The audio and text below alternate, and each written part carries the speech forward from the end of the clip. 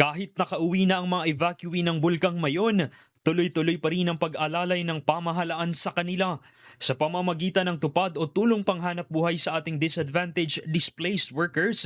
Nagkaroon ng pansamantalang hanap buhay ang halos 4,000 disadvantaged workers dito sa Legazpi City, Albay.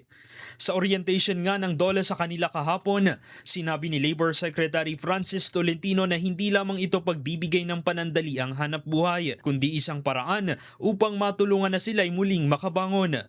Malaking tulong dyan yung yung mga pamahalaan lokal at saka yung mga beneficiaries mismo na sila yung magpakita ng mga testimonya na umuubra, na nakakatulong. Kaya kanina nagtanong-tanong ako, so ang sustainability nito ay nakaangkla na rin sa kooperasyon ng pamayanan. Matapos ang aktibidad para sa tupad beneficiaries, dinaluhan din ni Secretary Tolentino ang pagbubukas ng mahigit 11,000 job vacancies sa Ibalong Grand Job Fair dito sa lungsod. Dito ay kinagalak ng Legazpi Public Employment and Services Office ang pagdalo ng kalihim sa aktibidad na itinuturing nilang mahalagang hakbang sa pagpapalawak ng mga oportunidad para sa mga naghahanap ng trabaho.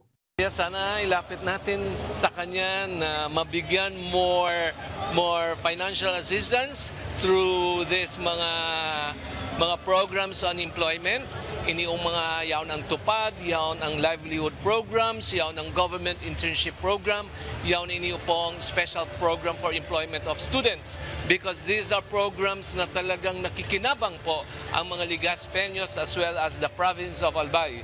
Para naman sa mga residenteng benepisyaryo, malaking tulong ang tupad program at pagsasagawa ng job fair lalo na sa mga pamilyang naghahanap ng karagdagang kita.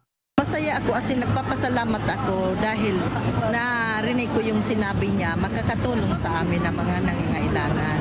Kasi nagpapasalamat ako sa tupad, lahat na nagkasali dito, mga kasama ko galing sa Barangay May. Salamat lahat kami nakasali dito. Madali po kasi po lahat ng mga agency na lahat ng gusto nilang applyan dito na po sa place na po, sa job fair. Sa job fair po ng Legazpi, maraming salamat po at ngayon po hard na po ako as a salesman. Ang paghahatid ng trabaho sa mga apektadong residente ay tugon ng pamahalaan sa direktiba ni Pangulong Ferdinand R. Marcos Jr. na agad suportahan ng mga komunidad na nakaranas ng epekto ng pag-aalboroto ng Bulkang Mayon. Mula rito sa Albay, para sa Integrated State Media, Gary Carillo ng Radyo Pilipinas, Radyo Publiko.